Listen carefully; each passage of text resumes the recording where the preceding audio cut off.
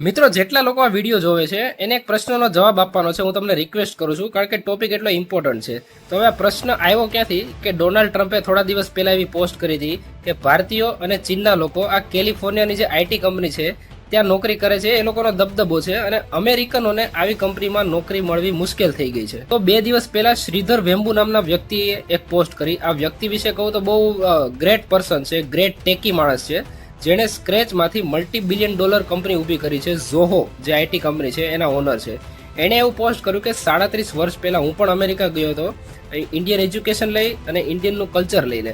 પછી ત્યાંથી આવ્યો અને ભારતના ડેવલપમેન્ટ માટે કામ કર્યું. તો ભારત માતાને તમારી જરૂર છે. કોની જરૂર છે? જે ભારતીયો અમેરિકામાં કામ કરે છે એ લોકો પાછા આવો અને ભારતના વિકાસમાં પોતાનું યોગદાન આપો.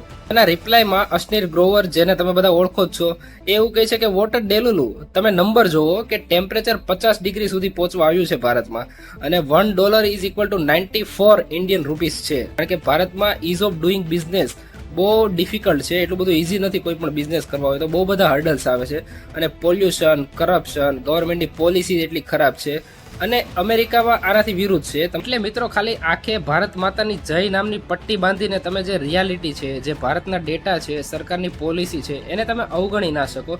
તમે મને કોમેન્ટમાં જણાવો કે તમે કોની સાઈડ છો, અશ્નીર ગ્રોવરની સાઈડ કે શ્રીધર વેમ્બુની સાઈડ. વિડીયો લાઇક, સબસ્ક્રાઇબ જરૂર કરો, શેર કરો. જય હિન્દ, જય ભારત.